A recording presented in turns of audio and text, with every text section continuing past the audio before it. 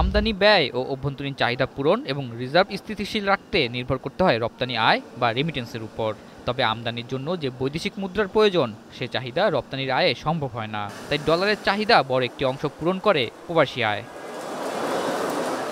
খোলা বাজারে ডলারের দাম যখন লাফিয়ে বাড়তে থাকে তখন ব্যাংকিং চ্যানেলে কম আসতে শুরু করে রেমিটেন্স।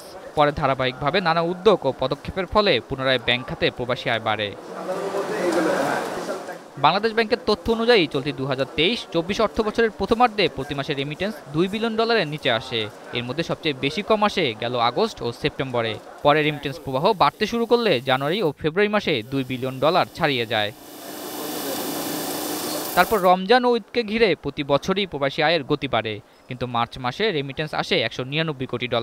এরপরেই এপ্রিলের শেষে ফের $2 বিলিয়ন ছাড়ায় প্রবাসী আয়। বাংলাদেশ ব্যাংকের তথ্য মতে এপ্রিল মাসে ব্যাংকিং চ্যানেলে রেমিটেন্স এসেছে $204 কোটি 30 লাখ, যা মার্চ মাস থেকে $4 কোটি 62 লাখ বেশি।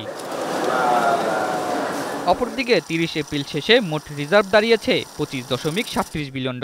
সেই সঙ্গে আইএমএফের শর্ত মতে BPM-6 অনুযায়ী রিজার্ভ হয়েছে $19.96 বিলিয়ন, যেখানে গত 28 এপ্রিল শেষে মোট রিজার্ভ দাঁড়িয়েছিল $25.39 বিলিয়ন এবং BPM-6 অনুযায়ী হয়েছিল $20.24 বিলিয়ন। সেক্ষেত্রে মাত্র দুদিনের বিপরীতে আবারও $20 বিলিয়ন নিচে নেমেছে রিজার্ভ। আগামী জুন মাসের মাঝামাঝিতে কোরবানি ঈদ হওয়ার কথা রয়েছে, তাই রেমিটেন্সে ব্যাংকগুলোর প্রণোদনা ঠিক রাখলে এবং খোলা বাজারের সঙ্গে ব্যাংকের ডলারের দামের পার্থক্য কম রাখা গেলে এই ধারাবাহিকতা অব্যাহত থাকবে বলে আশা প্রকাশ করেছেন বিশেষজ্ঞরা। আতাউনিয়ন, এখন, ঢাকা। ওয়ালটন ফ্রিজ কিনে অনেকের মতো আপনিও হয়ে যেতে পারেন মিলেনিয়াল। সেরা পণ্যের সেরা অফার।